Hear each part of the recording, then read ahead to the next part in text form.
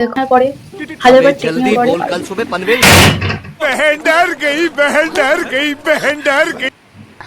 ভয় পেয়ে গেছি আমি, এত জোরে হাওয়া দেবে ভাবতে পারিনি। নেওয়ার পরে আমি আবারও টেক নিচ্ছি, হাজারবার টেক নেওয়ার পরে আমি আবার ইন্ট্রোটা শুট করছি। জানি না এবারেরটা আমি দিতে পারবো কিনা। তো hello everyone, welcome to my channel. তোমরা সবাই কেমন আছো? কারোর ইন্ট্রো এরকম হয় তোমরা মনে হয় ফার্স্ট বারই দেখবে।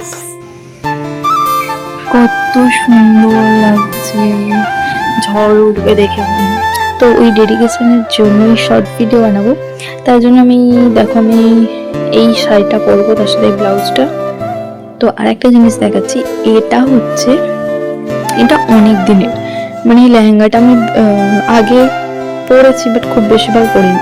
তো এটার সাথে ব্লাউজটা আমার ছোট হয়ে গেছে, ব্লাউজটা আমার হবে না। এটার সাথে এটা ওড়না, আর তার সাথে এটা লেহেঙ্গাটা, আর তার সাথে আমি এই ব্লাউজটা পরবো, কারণ ব্লাউজটা ছোট হয়ে গেছে।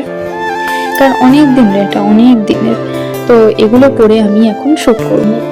এর একটা প্রবলেম হচ্ছে, আমি এগুলো এত কিছু পরে বানাবো বাট আমি পুরোটা শ্যুট করতে পারবো না। ভিডিও বানাবো আমাকে এরকম হাতে করেই রিলস ভিডিও বানাতে হবে, কারণ আমার কাছে কোনো স্ট্যান্ড নেই, কিচ্ছু নেই। আমি ভাবছিলাম একটা কিনবো বাট কেনা হয়নি। তো কিনবো পরে, কিছুদিনের মধ্যে ইচ্ছে আছে বাট জানি না আদৌ কেনা হবে কি না। তো এখন আমি আপাতত হাতে করেই রিলস বানাবো। জানি বেশি এতে নিয়ে যেতেও ভয় লাগছে, কারণ এত আকাশ যাচ্ছে, বাপরে ভগবান আমাকে আজকে বাঁচিয়ে নিও। এই দেখো ভাই, ভাগো।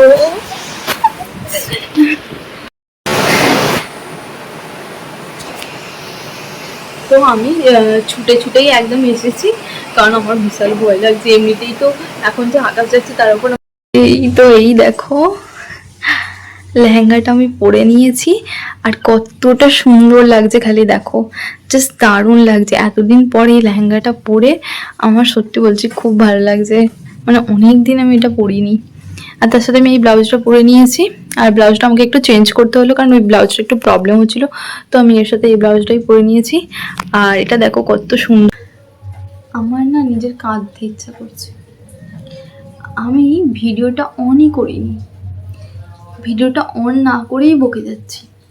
আর এতক্ষণ যে আমি বললাম, তারপর আমি ভাবছি যে ফোনের স্ক্রিনটা বন্ধ হয়ে গেল কেন। তারপর দেখছি ও তার মানে নিশ্চয়ই আমি ভিডিওটা অন করিনি। ঠিক তাই, ভিডিওটা অনই করিনি। ডিপ্রেশন। তো আমি যেটা বলছিলাম, তো এই গরমেতে আমি পাখাটাও অন করতে পারছি না, কারণ তোমাদের কাছে আমার ভয়েসটা ঠিক মতো যাবে না। আর তারপরে চুল ছেড়ে আমি ঢং করছি, চুল হালকার মধ্যে দিয়েই মেকআপ করবো। জাস্ট রিলস বানানোর জন্য, শর্টস বানানোর জন্য আমি হালকার মধ্যে দিয়ে মেকআপ করবো।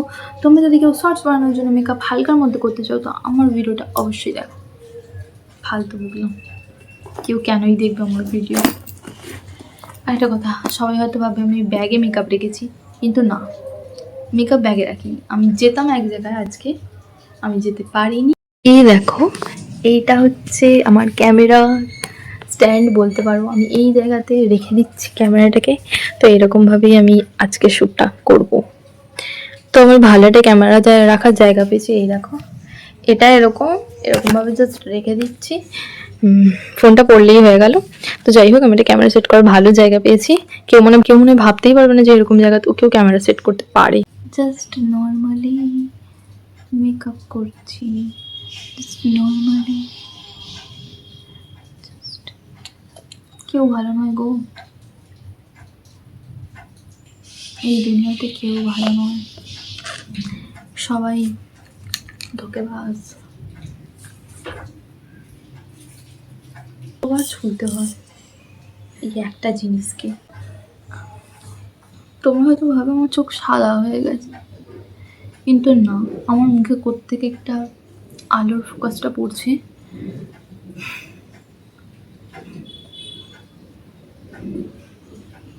বুঝে না আমি কোথায় ফেলবো, ব্যাগের মধ্যে ফেলে দেবো। পরে তো আমার ব্যাগে যদি কিছু থাকে সেটা দাগ লেগে যাবে, সেটা কি আমি চাই? না, তাই কি বাইরেই রাখি। কিন্তু না, এটা তো আমাকে ভেতরেই ফেলতে হবে। আমি কি মেকআপ ভিডিও শেয়ার করছি, এটা তোমাদের কারো কি হেল্প হচ্ছে? মনে তো হয় না। তো আমি উঠেছি যখন একবারেই জুয়েলারিগুলো দেখো পরে নিয়েছি, হাতে আমি এটা পরেছি, লাগিয়েছি আর একটু লাগিয়ে নিলাম। আমার ওখানে হাতে করেই করেছি, নো প্রবলেম।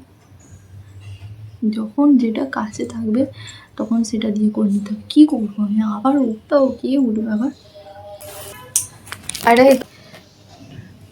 চোখে যখন দেখতে পাচ্ছি না, উঠতে তো হবেই বলো। তো ব্রাশ লাগানোর জন্য আবার আমাকে উঠতে হলো। তোমাদেরকে আমি তখন বলেছিলাম যে 3টে বাজে, এখন কটা বাজে জানো? 3:45।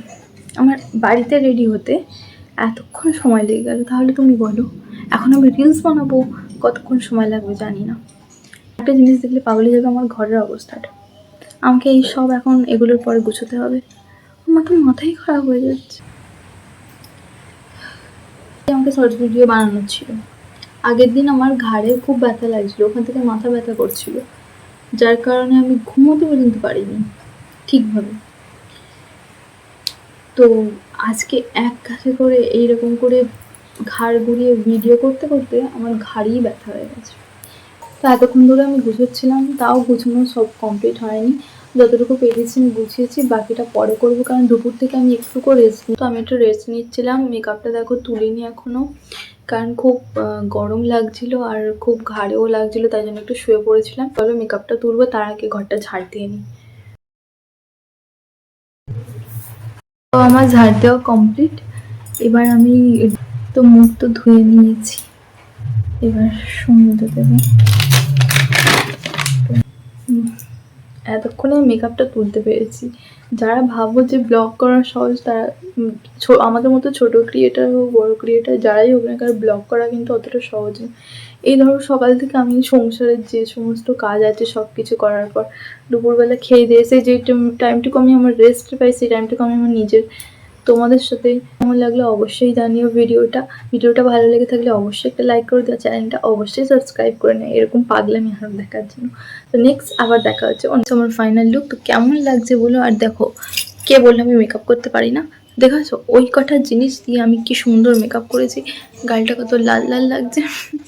তো এই আমি শুধু ঘুমানোর জন্য কিন্তু ব্লগ ভিডিওটা এখন স্টার্ট করছি, সেই ব্লগ আমি শেয়ার ঘুমোবো সেই ব্লগ ভিডিওটা করছি না। আমার ব্লগ ভিডিও করার পিছনে একটা কারণ আছে, সেই কারণটাই আমি তোমাদেরকে শো করবো। ওয়েদারটা জাস্ট দারুণ, বৃষ্টি পড়ছে, তার সাথে খুব আকাশ ডাকছে, আর আমি এখন ভিডিও বানাচ্ছি। তবে নেটটা অফ করে বানিয়েছি, জানি না নেট অফ করে বানানোর ফলে কিছু প্রবলেম হবে কিনা, আশা করছি হবে না। মানে নেটটা অন রাখিনি যে বিদ্যুৎ চমকালে প্রবলেম হবে, নেটটা অফ করে গেছি, তাই আশা করি কিছু প্রবলেম হবে না, মানে আমি উড়ে যাবো না আশা করছি। তো যাই হোক, তো দেখে তো মনে হচ্ছে ঝড় উঠবে এক্ষুনি।